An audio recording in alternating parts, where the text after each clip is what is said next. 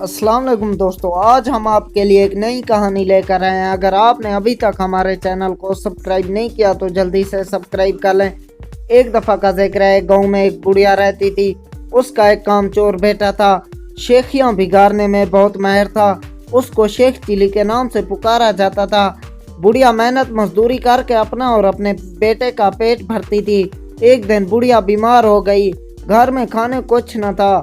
رات کو ماں بیٹا دونوں نے فاقہ کیا۔ اگلے دن ماں نے کہا، اب تم کچھ کام کرو، جنگل سے لکڑیاں لا کر بیچ دیا کرو تاکہ گزور اوقات ہو سکے۔ شیخ چلی نے جنگل کی راہ لی۔ جو درخت اس کے راستے میں آتا وہ اس سے پوچھتا، میں تجھے کاٹ لوں یا نہیں؟ کسی درخت نے بھی اس کا جواب نہ دیا۔ شام ہونے کو تھی، شیخ چلی گھر واپس آنے کا ارادہ کر رہا تھا کہ ایک درخت نظر آیا۔ اس نے پاس جا کر پوچھا، میں تجھے کاٹ لوں یا نہیں؟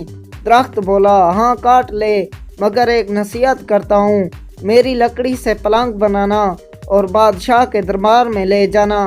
اگر بادشاہ اس کی قیمت پوچھے تو کہنا کہ پہلے ایک دو رات اس پر سوئے، پھر اگر مناسب سمجھے تو خرید لے۔ شیخ چلی نے درخت کی ہدایت کے مطابق اس سے لکڑیاں کاٹ کر پلنگ تیار کیا اور بادشاہ کے دربار میں پہنچا۔ بادشاہ نے قیمت پوچھی تو شیخ چلی نے کہا، پہلے آپ اس کو ایک دو رات استعمال کریں، اگر اس میں کوئی خوبی پائیں تو انعام کے طور پر جو دل چاہے دے دیں۔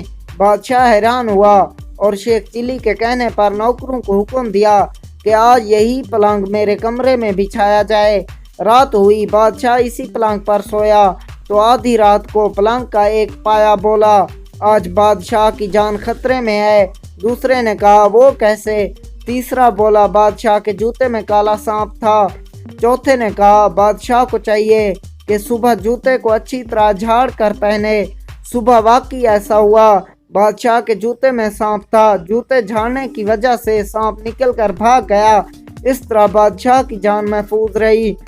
دوسری رات جب بادشاہ سویا تو پھر پائیوں نے باتیں شروع کی۔ ایک بولا کہ تم پلنگ کو سنبھالے رکھو، میں کچھ خبریں جمع کر کے لاتا ہوں۔ تینوں پائیوں نے پلنگ کو تھامے رکھا۔ چوتھا پہیا واپس آیا تو اس نے خبر سنائی کہ بادشاہ کا وزیر سازش کر کے بادشاہ کو ختم کرنے کے بارے میں سوچ رہا ہے۔ پھر دوسرا پایا گیا اور خبر لایا کہ بادشاہ کی بیوی وزیر سے مل کر بادشاہ کو زہر دینا چاہتی ہے۔ تیسرے پہیے نے تجویز پیش کی کہ بادشاہ کو چاہیے کہ وزیر کو مروا دے۔ چوتھا پہیا گیا اور یہ خبر لایا کہ بادشاہ کو جو دودھ صبح پینے کو دیا جائے گا اس میں زہر ہوگا۔ بادشاہ یہ سب کچھ سن رہا تھا۔ صبح اٹھ کر جب اسے دودھ دیا گیا تو اس نے نہ پیا بلکہ ایک بلی کو پلا دیا۔ بلی اسے پیتے ہی مر گئی۔ اس سے بادشاہ کو پتہ چل گیا کہ اس کا وزیر اور بیوی دونوں مل کر اس کی زندگی ختم کرنا چاہتے ہیں۔ بادشاہ نے وزیر کو برطرف کر دیا اور ملکہ کو محل سے رخصت کر دیا۔ بادشاہ نے شیخ چلی کو بلایا اور بہت انعام دیا۔ بادشاہ کے دربار میں اس کی عزت ہونے لگی اور دونوں ماں بیٹا بڑے آرام کی زندگی بسر کرنے لگے۔ دوستو، اگر ویڈیو اچھی لگی ہو تو پلیز سبسکرائب کر لیں چینل کو۔